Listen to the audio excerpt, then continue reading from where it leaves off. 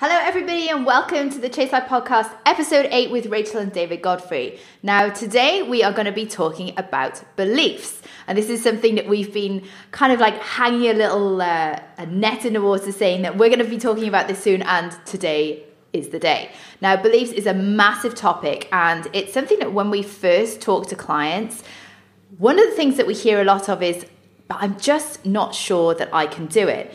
And the truth is that if you don't believe that you can make changes in your life, then you're actually never going to make them. So the topic of beliefs is crucial to making change. Now, we know that a lot of people have been stuck for such a long time, and they've been struggling for such a long time, and they feel like they have tried everything. And this is the main reason why they have come to this belief of, well, I don't actually believe that I can do it. So let's get stuck in and let's tackle this massive topic.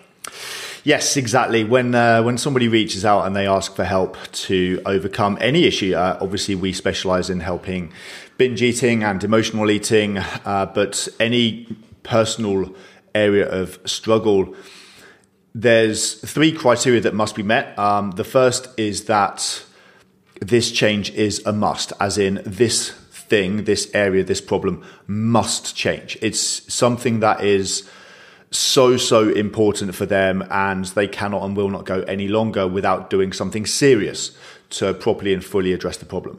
The second thing is not only this must change, but I must change it, as in they're taking complete ownership for, yes, absolutely, we need to hire experts and get professional help and so on, but nobody is your savior. And I've used that phrase before, right? I'm your savior. I'm your coach. I'm not your savior. and nobody else can do it for you. So other people can guide you and coach you and support you, but fundamentally you're the one who has to do the work and create the personal transformation. So this must change. I must change it. And then the final one is that I can change it. And if those 3 things aren't in place, then it's never going to happen. And the third one is often where a lot of people get stuck, because they have all of these doubts and fears and anxieties about, what if I can't? Or what if I start putting in all of that hard work and effort and I'm still not enough? I'm still not good enough. And like you say, very often a lot of those fears are purely coming from the place of, I've been struggling for years, even decades. Many of our clients come to us having struggled with this since childhood. For some people, it's more recent. For some people, it's longer. It's ultimately irrelevant. But because somebody has been struggling for years and years and years, they therefore take that to mean that they're just stuck that way.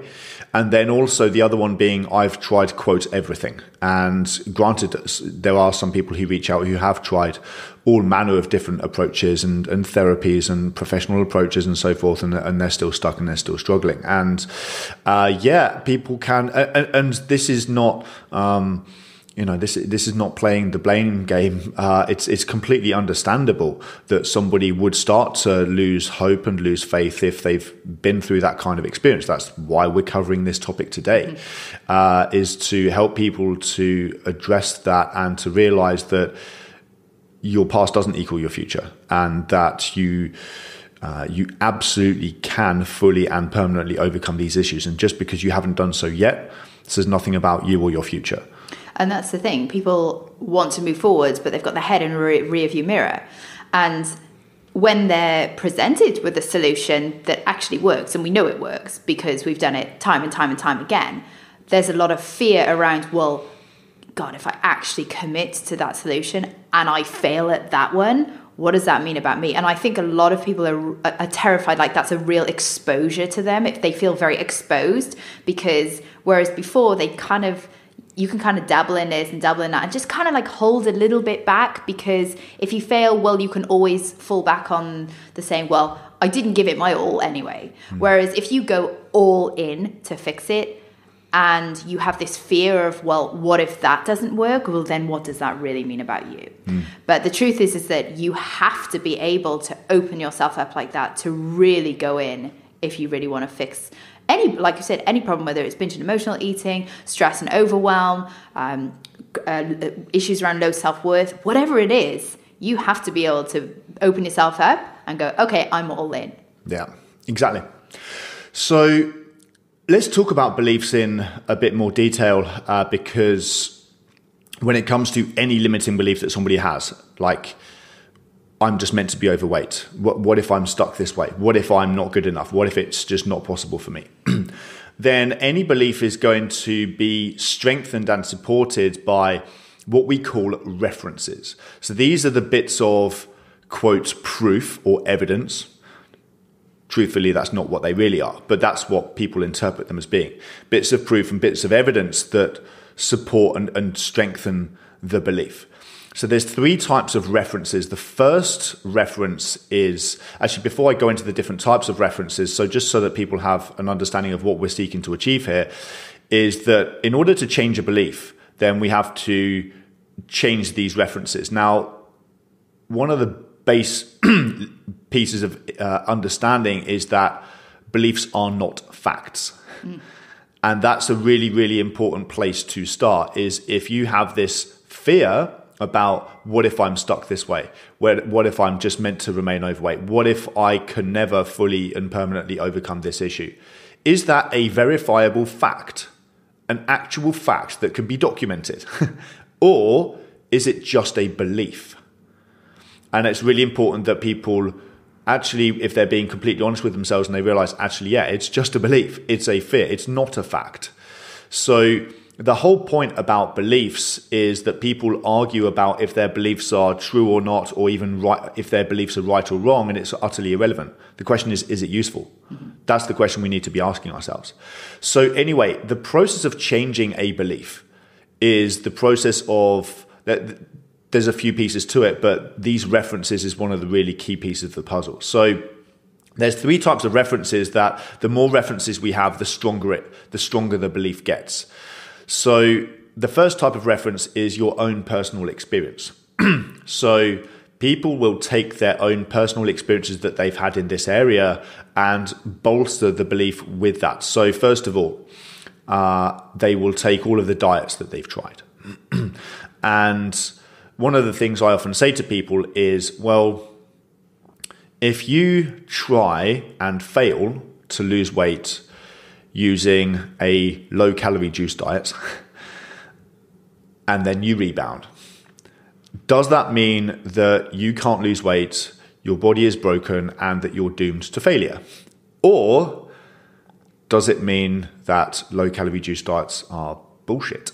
If anybody is in doubt of the answer, let me tell you, like, low-calorie juice diets are bullshit, and they're the ones that are stupid, not you. Because I think, and it's understandable to think that, if you've got a history of dieting and you get to the belief of, well, maybe I am doomed to fail at this. Like, I've failed at all of these diets. Like, it's not your fault.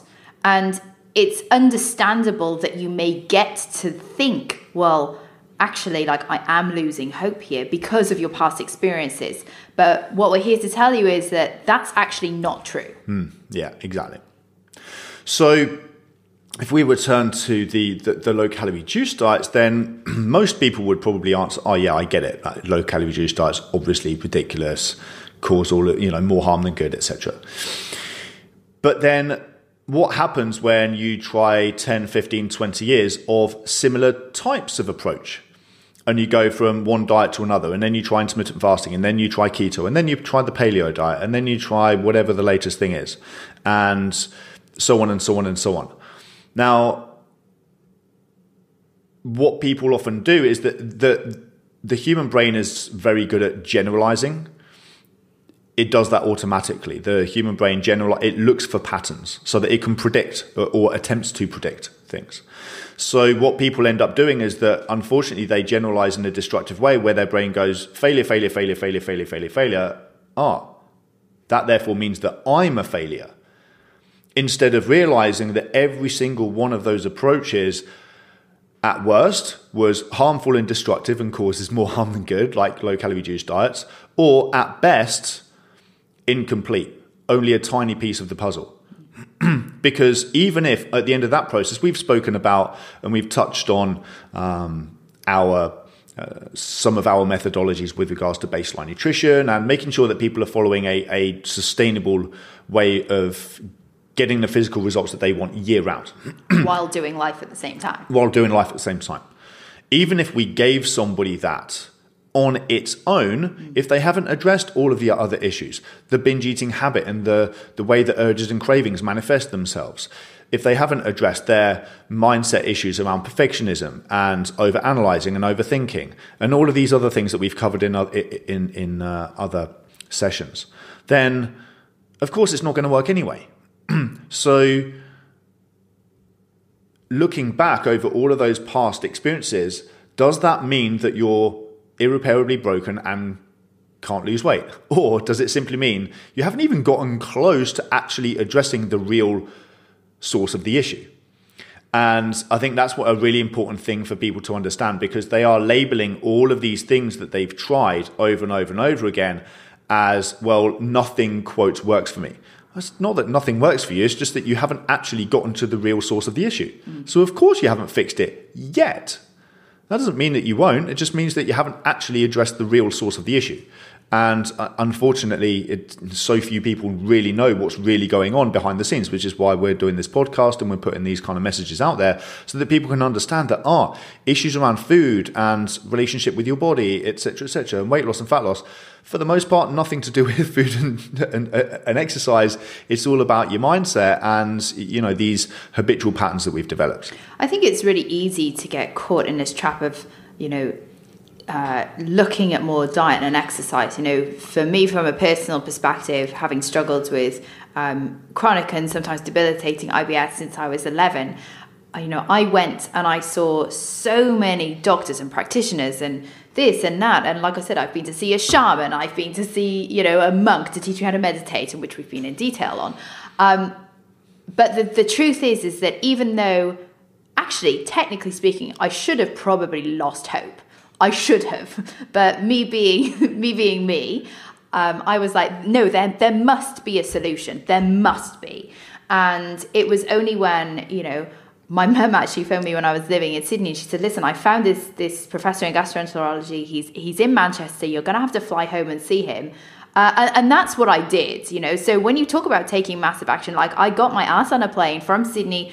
I flew to London, drove up to Manchester to see this guy, this professor in gastroenterology, who, by the way, I'd seen others before. This one in particular changed my life. And I know I'm going to get messages to say, who is it? So his name is Professor Peter Warwell, and he is based in Manchester, and he has got a book that is fantastic. So if you are struggling with IBS, I strongly suggest that you buy that book and start there. But he changed my life. And it was a completely different approach to anything that I had tried before. And you know what? It would have been so easy for me to say to my mum, you know what? I just can't be bothered. Like, I'm just going to try and keep plodding away and just keep managing here and, keep doing my blood tests and keep looking at this alternative and, doing this, taking these probiotics. And the truth is that nothing was really working. I had to do something drastically different. And the things that I did under Professor Warwell's care were absolutely drastically different to anything that I had tried in the past. And believe me, after spending hundreds of thousands of dollars trying to fix the problem, he was the one who gave me this, some solutions that actually worked. And I thought I knew almost everything there was to know about IBS. Honestly, I was pretty skilled in that area. He changed my mind on a lot of that. So you get to the end and you think that you've tried everything. I'm here to tell you, sure as hell, you have not tried everything. That's not true. I think I might also take a slight deviation and follow on from that as well. I was intending to cover this later on, but this is just so related to what you just said. And in all honesty, looking at changing beliefs, this is probably the number one most important piece of changing beliefs. Just to clarify, what we were doing originally is looking at how do we destroy those old references and replace them with new ones so that we can create a new belief. But it's really interesting to notice that with most people's limiting beliefs, if they are self-aware enough and totally and completely honest with themselves, it's not so much that they don't believe it's possible. It's more that they associate more pain to the process of transformation than they do to not changing. 100%. So what does that mean? We need a greater degree of commitment, because it's so funny, it's so interesting how many people you encounter who have all of these doubts and or fears or limiting beliefs, and it's just the way that I am, and I've always been this way, and my parents have always been this way too, and blah blah blah. But then at some point there's some kind of significant emotional event. Either something happens in real life or through the process of perhaps coaching or self-awareness. There's some kind of significant emotional event that gets them to a point where they go, this is costing me so much in every area of my life. It's costing me my relationships, my relationship with myself, my happiness, my sense of integrity. I can't show up the way I want to at work, my finances, blah, blah, blah. I cannot and will not go one more day tolerating this. I am fundamentally tolerating a life of mediocrity and bumbling along and making excuses, and I refuse to be that way ever. That's just not who I am committed to being. Like, when you associate more pain to continuing with the same struggles, then it's so funny when people reach that point of emotional threshold and all of those doubts and fears and, what if I'm meant to be this way? All of that becomes completely irrelevant, gets completely wiped out, and they go, I don't care. I don't have a choice. I'm going to make this happen. Yeah. Watch me. I will keep going and keep going and keep going. It doesn't matter how long this takes, who I have to see. Where I will travel halfway around the world like you did. I will do whatever is necessary to fix this problem once and for all. That's a proper decision, as opposed to what most people do, which is just a preference. It's like, well, I'd quite like to change this area, provided that it's not too hard, it's not too inconvenient, and I can shoehorn it into my already existing busy schedule. And people have said to me, it's easy for you to make a decision like that because for whatever reason. I'm like, it wasn't an easy decision at all. And there have certainly been times where I have doubted whether I can actually get on top and on top of this and really manage what is, quite frankly, sometimes a really debilitating condition. Like, people don't understand actually how debilitating IBS can be. Of course, there have been times, especially when I've had flare-ups for months and months and months, there are times where you think, shit, like, there are brief moments where you think, shit, like, is this how it's going to be? And like, for me, I automatically snap out of it and go, hell no. Like, I cannot even bear to imagine the rest of my life being lived in this manner. So therefore, even if it takes me however long, if I didn't get to see Professor Wardwell until 2013. So I spent from age 11 to age, how old was I, 2013, 30, struggling with this stuff. And every year, every moment, I was like, when I felt that, shit, is this what it could be like? Immediately there was an overarching feeling and a belief of, hell no, I will still keep going, and I will still keep going, keep fighting, keep searching. And that's the mentality, and actually the attitude, and the can-do attitude, like something that we talk about in Chase Life, is this can-do attitude of whatever is thrown at you, like, you can do it. Like, what other alternative are you going to do? Just sit on your ass and just bumble your way along life? I don't think so. Like, that is not part of being a high-value woman. And this is something that I have talked about at length before on social media, this idea of constantly bettering yourself. That is what a high-value woman is bettering yourself all of the time. And that does not include sitting on your ass, bumbling your way along life, and just hoping that shit is going to be provided for you. Because that's not how life works. Totally. That's a key characteristic in every single one of our clients, is that they have made the commitment to be that way. Even if they haven't acted from that place in recent times, or maybe even ever, they've, again, made that categorical decision that, I am fully committed to living from that identity from now on. Maybe we'll talk about identity another time, but identity is something that is constantly evolving and constantly in flux, and it's something that you choose. It's not written in the stars. You get to decide the version of you that you grow into. So anyway, let's go back to our references so we can kind of close the loop on that. So we've covered past experiences. Like every single one of the things that you labeled as this is evidence that I can't do it or that I'm stuck this way. That's not what they mean at all. Just because you haven't done it yet doesn't say anything about you or your capabilities or your future. It says everything about the methods that you've been trying so far. Number 2 is external references. So any external reference, it could be something that you read in a book, it could be a movie, and quite frequently it's other people's experiences and stories that you hear about other people. So one of the interesting things about beliefs, any belief that you have about anything, whether it's politics, people, whatever, any belief that you have, anytime that you have a strongly held belief, you will automatically filter in all of the evidence that supports that belief and all of the evidence that contradicts that belief. You will apply the quote fudge factor. It will get deleted. So either you won't even notice it at all. And that's something that happens a lot unconsciously without even realizing it. We just automatically delete it. Or if we do notice it, we will make it quote not count in some way. Right. So for example, if you see evidence of other people who are also struggling to lose weight or struggling with binge eating, and that's why it's so dangerous. I think we've spoken about this before, where when we were talking about coronavirus and somebody commenting in a forum saying anybody else gaining weight by the second, ha ha ha, yeah, me too, LOL. And there's all this validation of other people struggling with the same things. All that's doing is providing you with more and more references that this is normal and everybody does it and that's just the way that it is. And so it can only just serve to strengthen the belief that there's nothing that I can do about this, for example. And then when you see somebody else who had been struggling with all of the things that you struggled with,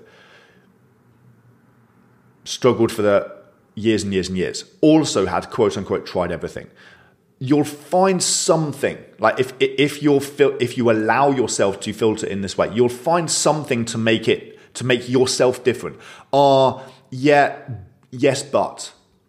Yes, but their case is different because of this. Oh no, I'm different because of this. You'll find some way of fudging it so that you can hold on to the belief. And again, most people aren't even aware that they're doing this. It tends to happen unconsciously, but hopefully just me referencing it can help you realize and spot when you do it so that we can take what was unconscious conscious and help you to realize, that's just not a very useful behavior. It's time to do something different. But that's the second type of reference, are external references. And again, like I say, you'll automatically find all of the references that support your belief. All of the references that completely destroy and contradict your belief get deleted from your awareness because of what you're looking for and the meanings you're attaching to it.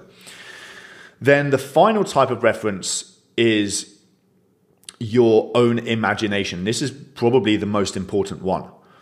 And probably the most dangerous. Exactly. Probably the most dangerous, the most dangerous and the most powerful when you know how to use it. So is it possible to completely make something up and utterly convince yourself that it's true? I'm sure every single person at some point has had the experience of imagining they sent an email and then chasing somebody up and saying, haven't you replied to me yet? And realizing that you didn't actually write it. You thought about what you were going to send, or maybe you did write it, but you never actually clicked send. And then you look in your drafts folder and there it still is.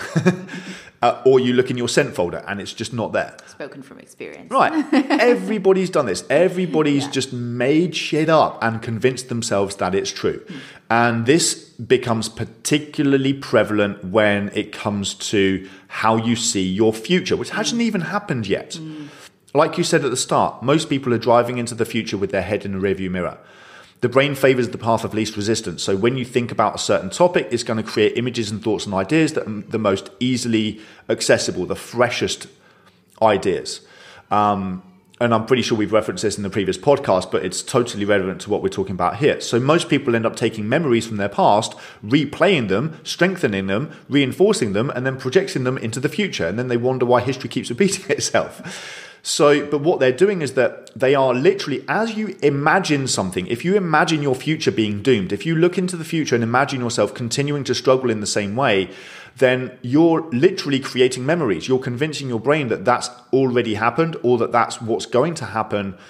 And so that again serves as another one of these pillars that supports and strengthens the belief, is your own imagination. And the crazy thing is that that's often the greatest factor here. Actually, you've spent, you may have had, if we even want to use this language, but 10 quote failures in the past, but you've imagined failing 10,000 times.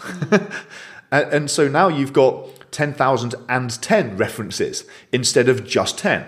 And I don't want to go off on a massive tangent here, but beliefs and thinking that way and creating using your imagination in that way creates such a huge amount of stress and anxiety. And, is this one of the things that can contribute towards, chronic anxiety, depression, and things like that? Yeah, for sure. I don't think we'll spend too much time diving into some of that stuff today, but it's relevant to everything that we do, everything we do in life, whether it's mental health and anxiety and depression, or business, relationships, finances, whatever it is that somebody's seeking to achieve. Beliefs is a key fundamental part of it. And one of the things we often say to people is you're either more committed to the dream or the fear. And it is absolutely something that you do. It's not something that happens to you. You don't have these fears. You don't have these dreams. There's something that you do. You can choose to fully and completely commit to the vision of the life that you want to have and create for yourself. And that's the thing, is that it doesn't happen by itself. I think that's quite an empowering thing to hear, is that this is something that you do. You might not be doing it from a conscious level, but now you are, because we told you. And so when you know that this is something that you do, that's amazing, because you can change it. Yeah. That's such an empowering thing to hear and to know about. Exactly. So we need to start strengthening and reinforcing the references that actually create the belief that you want. And I don't want that to come across as something that there's so much work to be done, or it's going to take a long time to do that. You can literally just decide what you're going to believe from here on in. And the most powerful way of doing that is what we touched on a moment ago. That is probably the number one most important piece when it comes to all beliefs, is having a strong enough why, a strong enough decision that I refuse to accept this as the life that I'm going to live from here on in. I cannot and will not go one more day without properly and fully committing to this and going all in. And actually deciding what that outcome is, because it's all very well going all in, but unless you know what the outcome is, this is one of the reasons why people don't go all in and dive into the deep end, is because it's like, well, what's the point? Yeah. Because you don't know what you're moving towards anyway. So, and this is another thing, is that allowing yourself to create your future, because that's essentially what you're doing. Like, you can do whatever the hell you want to do, but you need to write it, you need to demand it, and you need to work towards that. Don't expect it to just happen for you. Just decide it and then happen. That's not how it works. You need to decide what it is with crystal clear clarity, and then move towards that. And you know what? As a human, you're going to have to grow at the same time.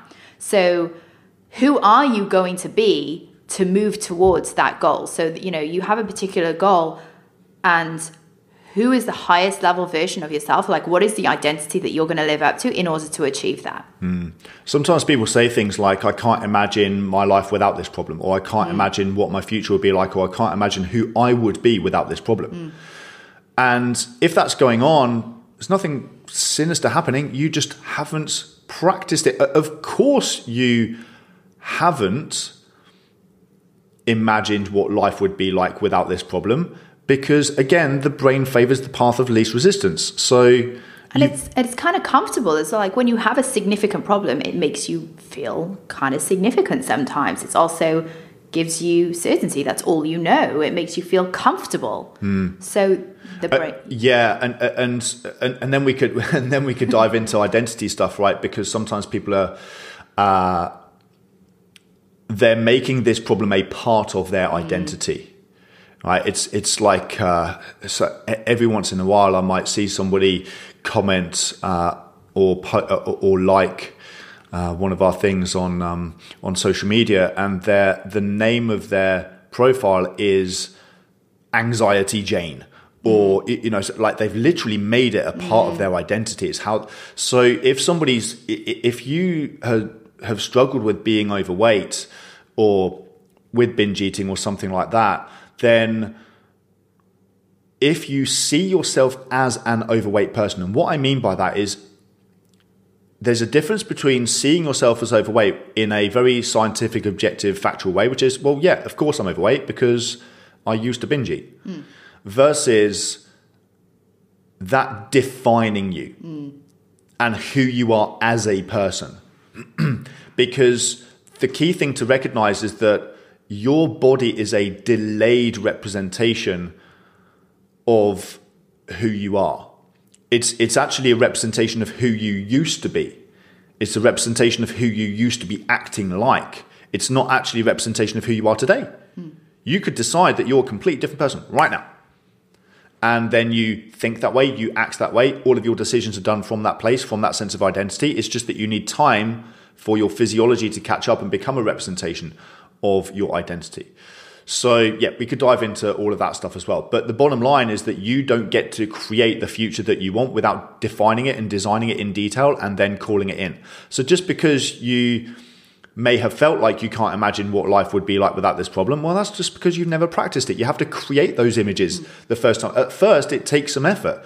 There's a great Henry Ford quote, which was,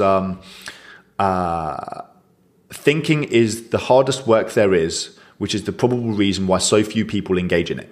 And it's so true. It's so true. I think that's how it goes. Hopefully I didn't butcher that. And I think it's Henry Ford. People, you can correct me if it's somebody else. But it's such a great quote. And, when it comes to choosing the future that you want for yourself, then you've got to put in the effort to actually imagine what that would be like. But honestly, it doesn't take long. It can take 5 minutes just by actually fully committing to, you know what, right, what does my life look like without this problem? I have so much emotional freedom. Now I'm no longer second guessing and overanalyzing my thoughts around food and around my body and what I look like. Now I have so much freedom and space in my thoughts to be present with my kids, to focus on my work. I don't have decision fatigue by the end of the day. So now I've got so much more energy left over by the end of the day to put into my side hustle or into my hobbies or into my family.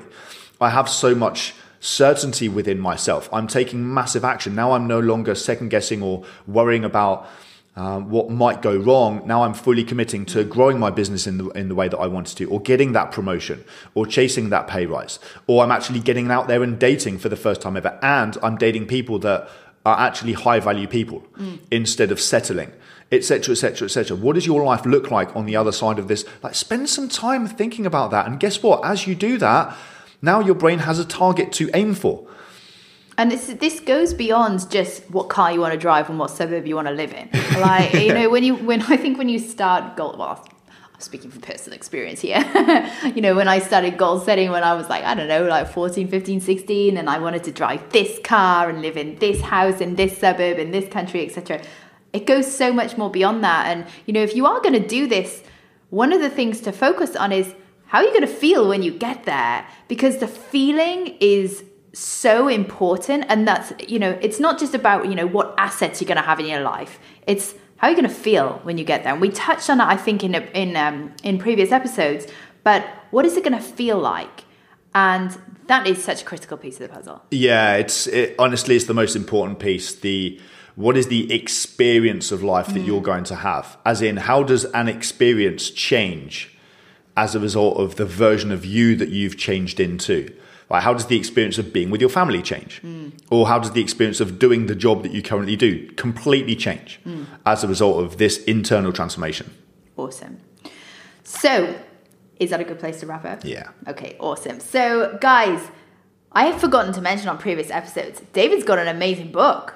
And you guys should buy it. So basically, David's book is called Think Straight, Lose Weight. Obviously, it's written about the weight loss industry, but it's not just about that. This is a book for you if you really want to make some changes in your life, and beliefs are actually covered in that book, and so much more as well. So just go onto Amazon, search David Godfrey. Think Straight, Lose Weight is the title of the book. So guys, if you have a question for the podcast, as always, please send us an email, podcast@chaselifeconsulting.com. We are going to do another Q&A podcast over the next couple of episodes, so make sure you get your questions into us. And of course, as always, if you're looking to take action right now and to permanently overcome struggles such as binge and emotional eating, low self-worth, confidence, or stress and overwhelm, then you can book into our diary, and you just need to go visit chaselifeintensive.com/call. So that is a wrap on today's podcast. Please rate and review us and subscribe. And remember, chase life and always play beyond the rules.